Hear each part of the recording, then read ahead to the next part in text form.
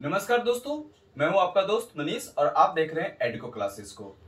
जो भी student BEd कर रहे हैं उनको मालूम होना चाहिए कि उन्हें प्रोजेक्ट बनाने के लिए कुछ टॉपिक पर दिया जाता है।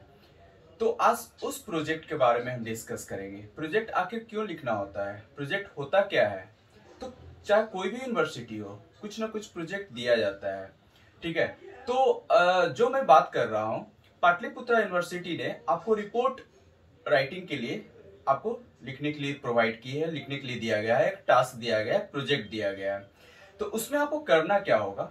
सबसे पहले हम जानते हैं कि डिसर्टेशन जो होता है, डिसर्टेशन के बारे में जान लेते हैं कि डिसर्टेशन सबसे बड़े पैमाने पर लिखा जाता है। मास्टर्स जब आप कर रहे होते हैं तो वहां पर डिसर्टेशन प्रोवाइड की जाती है, आपको बनाने के लिए प्रोजेक्ट दी जाती है। उसके बाद जो राइटिंग डिसर्टेशन से थोड़ा छोटा होता है राइटिंग स्किल, उसको हम बोलते हैं थेसिस बोलते हैं। तो थेसिस जो होता है आपका पीएचडी लेवल पर दी जाती है। ठीक है, तो उसमें क्या होता है कि उसी राइटिंग का जो छोटा स्किल या छोटा कंसेप्ट जो होता है वो आपका रिपोर्ट होता है। ठीक है, इसमें आपको रिपोर्ट में फैक्ट को हमें क्या करना होता है, इन्व्यूट करना होता है।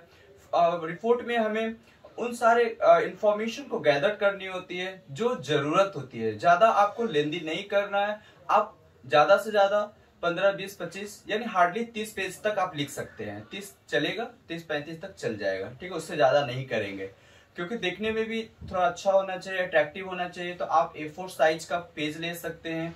ठीक है, आप दोनों मीडियम यूज कर सकते हैं।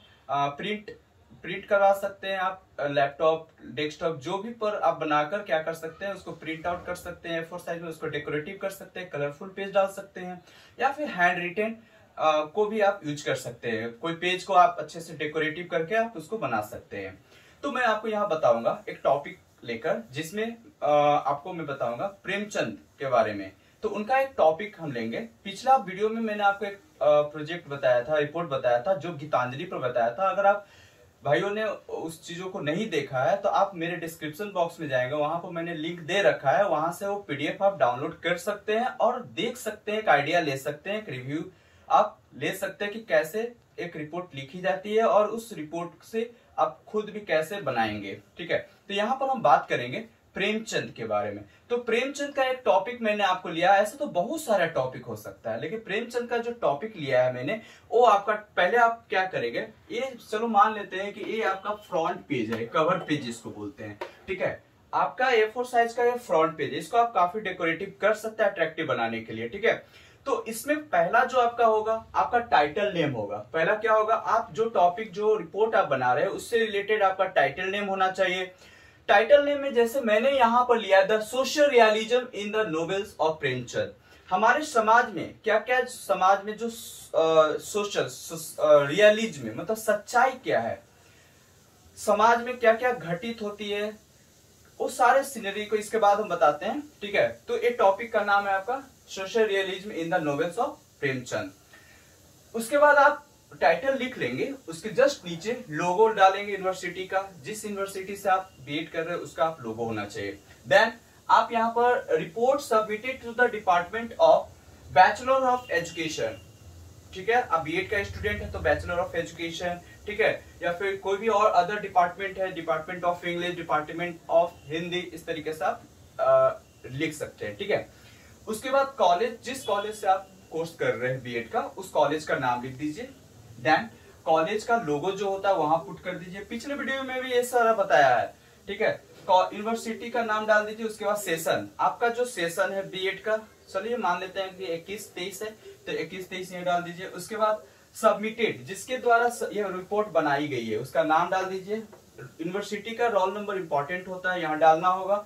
रोल नंबर, रजिस्ट्रेशन नंबर उसके बाद डाल दीजिए। फिर कॉलेज से रिलेटेड, कॉलेज का जो आपका रोल नंबर होता है वो डालिए, सेशन डालिए और यूनिवर्सिटी का नाम। इतना करने के बाद हम आपको बताते हैं कि इस टॉपिक में realism in the novels of Premchand में क्या लिखना है आखिर। तो देखते हैं इसको। इसमें हम सबसे पहले जानेंगे सोशल रियलिज्म। सोशल रियलिज्म, इसमें सोशल रियलिज्म कैसे लिखना है इस टॉपिक को। Social realism novel of Premchand, इसमें ये टॉपिक है आपका रिपोर्ट का।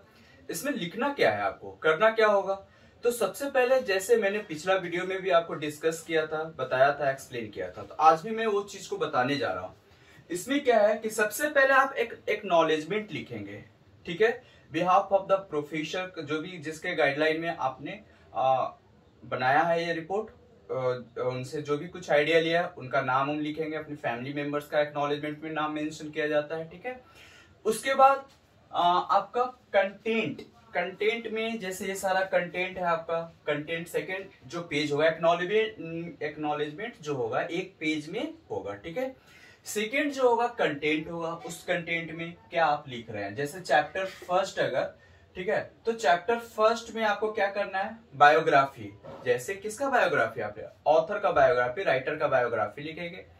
पेज नंबर अभी ब्लैंक रखेंगे, क्योंकि जब आप लिख लेंगे पूरा रिपोर्ट, जब आप बना लेंगे तब इसको मेंशन करना है देख करके किस पेज में कहां तक आपको बायोग्राफी गया है, उसके बाद इसको आप पेज नंबर मेंशन कर लेंगे, ठीक है। उसके बाद बात करते हैं चैप्टर 2 जब आएगा, तो चैप्टर 2 में क्या होगा कि इसमें आपको कंटेम्पररी सोशल पॉलिटिकल, हम अपने ये टॉपिक जो उससे रिलेटेड बता रहे हैं, आप कोई भी टॉपिक, यूनिवर्सिटी बहुत सारा टॉपिक देती है, कॉलेज आपको डिसाइड करके कुछ टास्क आपको एक स्पेसिफिक 1-2-3 टॉपिक दे देती है और उसको आपको प्रोजेक्ट बनवाती है। एक कॉलेज का वर्क होता है और जो उसका आगे सबमिट करना होता है यूनिवर्सिटी में, ठीक है। तो यूनिवर्सिटी का सिलेबस करिकुलम में बहुत सारे टॉपिक्स होते हैं, कॉलेज उसमें से 1-2 चुनकर आपको प्रोवाइड करते हैं, तो उसी में से एक टॉपिक ये है आपका प्रेमचंद का। इसके पहले मैंने आपको गीतांजलि को भी आपको बताया था। अगर और भी कोई टॉपिक आपको चाहिए तो आप मुझे कमेंट कर सकते हैं या फिर मेल कर सकते हैं, ठीक है। मेरा मेल आईडी है manishhnpg@gmail.com, ठीक है, इस पर आप कर सकते हैं। तो चैप्टर 2 में contemporary social political milieu and appraisal, ठीक है। इसमें क्या है कि ये राइटिंग लिखने से पहले समाज में बहुत सारे सिस्टम कैसा था, क्या कंडीशन थी हमारे समाज को, वो सारे को सो आउट करना है। फिर 1857 के बाद क्या आया, उसके बाद 1947 तक कैसा रहा सिचुएशन, ये सबको आप इसमें क्या कर सकते हैं, मेंशन कर सकते हैं ब्रीफली, ठीक है। ध्यान रखेंगे आप माइंड कि आप रिपोर्ट बना रहे हैं, डिसर्टेशन और थीसिस नहीं बना रहे, इसीलिए आपका जो होना चाहिए आपका 30-31 पेज में कंप्लीट कर देना है, ठीक है, या फिर उससे भी कम कर सकते हैं। चैप्टर 3 में मैंने यहाँ पर आपका प्रेमचंद के बारे में बताया था। प्रेमचंद का अर्लियर नोवेल उनका क्या था, सबसे पहले माना जाता है प्रेमचंद का अर्लियर नोवेल सेवा सदन को माना जाता है। सेवा सदन जब पब्लिश्ड डेट को, इस पे डेट लिखा जाता है, 1918 को पब्लिश्ड हुआ था। तो सेवा सदन जो था आपका हिंदी में फर्स्ट पब्लिश्ड नोवेल था, ठीक है। इसको जैसे सबसे पहले ये हिंदी में था, लेकिन ओरिजिनल इसका जो वर्जन था वो आपका उर्दू में लिखा गया था, जो बाजार-ए-हुसैन के नाम से, बाजार-ए-हुसैन के नाम से उर्दू में सबसे पहले लिखा गया था, द मार्केट ऑफ ब्यूटी करके, द मार्केट ऑफ ब्यूटी था इसका, ठीक है। तो फर्स्ट ऐसा नोवेल था जिसको हिंदी में पब्लिश्ड किया गया था सेवा सदन को 1918 में, ठीक है। उसके बाद आते हैं, ये अर्लियर नोवेल है प्रेमचंद का। उसके बाद कायाकल्प 1926 में पब्लिश्ड होता है। सेवा सदन के बारे में अगर हम कुछ बता दें आपको, तो पहले इसको बता देते हैं, उसके बाद कुछ ब्रीफली आपको मैं बता दूंगा, ठीक है। उसके बाद चैप्टर 4 जो है लेटर नोवेल ऑफ प्रेमचंद, गबन और गोदान। गोदान जो है 1936 में और गबन जो था 1931 में लिखा गया था। तो गोदान जो है masterpiece of writing of Premchand कहा जाता है। ये लास्ट नोवेल था प्रेमचंद का जो काफी फेमस हुआ था। ये हिंदी स्टूडेंट्स के लिए नहीं, सारे लिटरेचर जो पढ़ते हैं उन सारे के लिए भी गोदान काफी ज्यादा इंपॉर्टेंट हो जाता है, एज वेल एज जो पीसीएस की भी तैयारी कर रहे हैं, यूपीएससी, सबके लिए गोदान इंपॉर्टेंट हो जाता है, क्योंकि इसमें बहुत सारी चीजें हमारे सोसाइटी से रिलेटेड, कस्टम से रिलेटेड, पीजेंट से रिलेटेड सारा कुछ को मेंशन किया गया है, इसमें सीन को दिखाया गया है, ठीक है। उसके बाद चैप्टर 5 में जो आप लिखेंगे कंक्लूजन डालेंगे, क्योंकि कंक्लूजन जो है रिपोर्ट, थीसिस, आप कुछ भी बना रहे होते हैं, उसका कंक्लूजन बहुत ही इंपॉर्टेंट रोल प्ले करता है, जो भी चेक करता है उनको काफी अफेक्ट करता है, ठीक है। और बिब्लियोग्राफी, आपने कौन सा चीज, क्या क्या आपने इंपॉर्टेंट फैक्ट को आपने अपने रिपोर्ट में मेंशन किया है या बिब्लियोग्राफी में आप लिखेंगे। और जो भी चीजें आप कहीं से लिए हैं उसको आप रेफरेंस में मेंशन करेंगे, जैसे कि आपने विकिपीडिया का हेल्प लिया है, आपने शोध सरगम का हेल्प लिया है, और भी बहुत सारे ऐसे चीजें, जर्नल का, इंडियन जर्नल का हेल्प लिया है, या फिर लिटरेचर का हेल्प लिया है, या फिर कोई लाइब्रेरी का हेल्प लिया है, पॉपुलर लाइब्रेरी का। तो उन सारे चीजों को आप अपने इस रिपोर्ट में मेंशन कर सकते हैं, www करके इस तरीके से आप मेंशन कर सकते हैं रेफरेंस में। तो मैं आपको बता दूं कि आपको जो इसमें लिखना क्या है, realism in the novels of Premchand में लिखना क्या है। तो पहले आप क्या करेंगे, बायोग्राफी लिख देंगे, जो मैंने आपको कंटेंट में बताया ब्रीफली। उसमें क्या करेंगे, पिक्चर को ऐड करेंगे, ऐड ऑन करेंगे, उसके बाद ब्रीफली कॉलम बनाकर आप बायोग्राफी में लिखेंगे, ठीक है। देन उसके बाद करना है आपको कि जो आपका ये जो पहले सोसाइटी, राइटिंग लिखने के पहले जो सोसाइटी का जो कंडीशन था उसको सॉर्ट करना है कंटेम्पररी सोशल पॉलिटिकल में, ठीक है, मिल्यू एंड अप्राइजल, ठीक है। उसके बाद प्रेमचंद का जो अर्लियर नोवेल रहा सेवा सदन 1918 में, जिसको पब्लिश किया गया था, फर्स्ट ऐसा हिंदी नोवेल था। तो उसको क्या करना है मैं आपको बता दूं कि उसमें आप कर सकते हैं, कैरेक्टर्स का नाम डाल सकते हैं, आखिर वो क्यों लिखा गया, उसकी कहानी का क्या मेन इंटेंशन था, आखिर वो क्या कहना चाह रहा है सोसाइटी में क्या। तो उसमें मैं बता देता हूं कि जैसे कि उसमें बताया गया सेवा सदन में कि आपको ये फर्स्ट आपका नोवेल था, तो इसमें बोला गया था कि एक जो दरोगा होते हैं, दरोगा, ठीक है, तो मतलब कहा जाता है पछतावा, पछतावा जो होता है कभी ना कभी इसकी जो टेस्ट होता है उसको चखना पड़ता है, ठीक है। तो ये पछतावा कब होता है, जब गलती करते हैं तब, ठीक है ना। तो इसमें ये चीज है, जो दरोगा है वो सोचते हैं कि जो इतने साल तक वो ईमानदारी से ड्यूटी करते हैं थाने में, और क्यों, किसके लिए, ठीक है ना। उसके बाद अपने जो वाइफ होती हैं उनको बाहर जाने से रोकते हैं, क्यों, किसके लिए।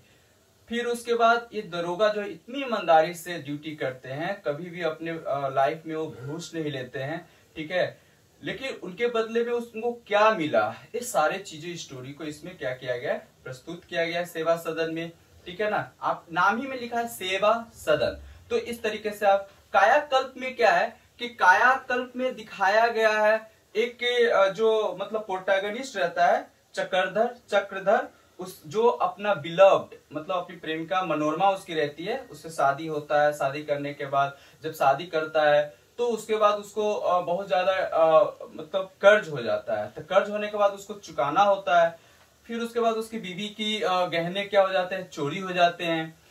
इस तरीके से कायाकल्प में और भी बहुत सारे चीजें मेंशन की गई है। तो आप उसमें आप मेरा रिपोर्ट देख लेंगे और आपको ज्यादा जानकारी के लिए आपको बुक पढ़नी होगी, ठीक है। मैं आपको बता दूं यहाँ पर कि और इसमें एक चीज और मेन जो मोरल बताया गया है कि जो ब्यूटी यानी जो ब्यूटी होती है और आपका जो वेल्थ होता है यानी लव ऑफ पावर और wealth, it is the root of all evils, ठीक है ना। यानी द लव ऑफ पावर और wealth, it is the root of all evils. इसमें इस तरीके से एक मैसेज देने की कोशिश की गई है। उसके बाद हम बात करते हैं गबन का। तो गबन में आपका जो होता है कि इस रामनाथ एक प्रोटैगनिस्ट है, मेन कैरेक्टर है, जल्पा से शादी करता है और उसके बाद क्या होता है, बहुत सारे लाइफ एंजॉय से उसको कटता है, ठीक है। फिर वही सेम कंडीशन आपको मतलब एक चीज मैं आपको बता दूं कि गबन में जो लॉन वाला जो कंडीशन था, जल्पा से शादी करता है, वो गबन में था, ठीक है। और जो कायाकल्प में जो रहता है आपका, वो आपको आइडियलिस्ट मैन को एक रिप्रेजेंट किया गया है, ठीक है। आइडियलिस्ट मैन होता है चक्रधर, उसको रिप्रेजेंट किया गया है, जिसमें वो अपने बीवी को रोकने की कोशिश करता है। बहुत सारे आप नोवेल पढ़ेंगे तो जानकारी मिल जाएगी, मुझे यहाँ पर रिपोर्ट की बतानी है कैसे लिखना है। उसके बाद आपका जो गबन में होता है, लॉन होता है, गहने वगैरह चोरी हो जाते हैं, गबन हो जाता है, गुम हो जाता है। गोदान, अब आते हैं गोदान पर। तो गोदान जो है इसमें बहुत सारे कैरेक्टर्स नेम है, जैसे कि मेन जो प्रोटैगनिस्ट है हुरी होता है, हुरी उसकी जो वाइफ होती है आपका धनिया, और उसके बहुत 4 बच्चे होते हैं। एक का नाम गोबर होता है, दूसरा आपका दूसरा जो होता है आपका सोना होती है, रूपा होती है, ठीक है ना।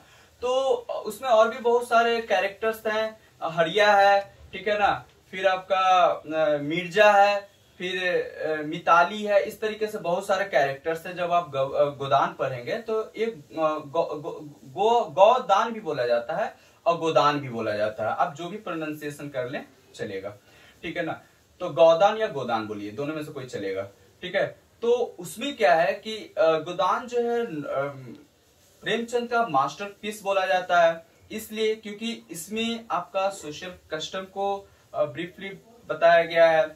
क्या सिचुएशन है पीजेंट का, किसान का क्या सिचुएशन रहा हमारे सोसाइटी में, अपर कास्ट लोअर कास्ट का क्या कंडीशन है, जो सोशल कस्टम, जैसे कि गौ कोई डेथ कर जाता है तो गौ दान करना होता है ब्राह्मण्स को, तो इस तरीके से जो कस्टम्स हैं उन पर फोकस किया गया है। सोसाइटी में बहुत सारे जो इविल्स है, सोसाइटी में जमींदारी प्रथा को फोकस किया गया है कि कैसे बड़े जो जमींदार होते हैं छोटे किसानों को कैसे प्रताड़ित करते हैं, सप्रेस्ट करते हैं, इन सारी चीजों को गोदान में मेंशन किया गया। आप गोदान पढ़ सकते हैं, काफी ही खूबसूरत और अच्छी नोवेल है प्रेमचंद के द्वारा। तो इस तरीके से आप प्रोजेक्ट में आपको यहाँ पर अपने डिस्क्रिप्शन बॉक्स में आपको पीडीएफ का कंप्लीट पीडीएफ का लिंक दे दूंगा, जो रिपोर्ट राइटिंग बनाया गया है, जो मैं समझाया वो सारा कुछ उसमें एकदम कंप्लीट पीडीएफ में अवेलेबल है, आप वहां से डाउनलोड कर सकते हैं। नेक्स्ट वीडियो के साथ मिलते हैं, तब तक के लिए जय हिंद।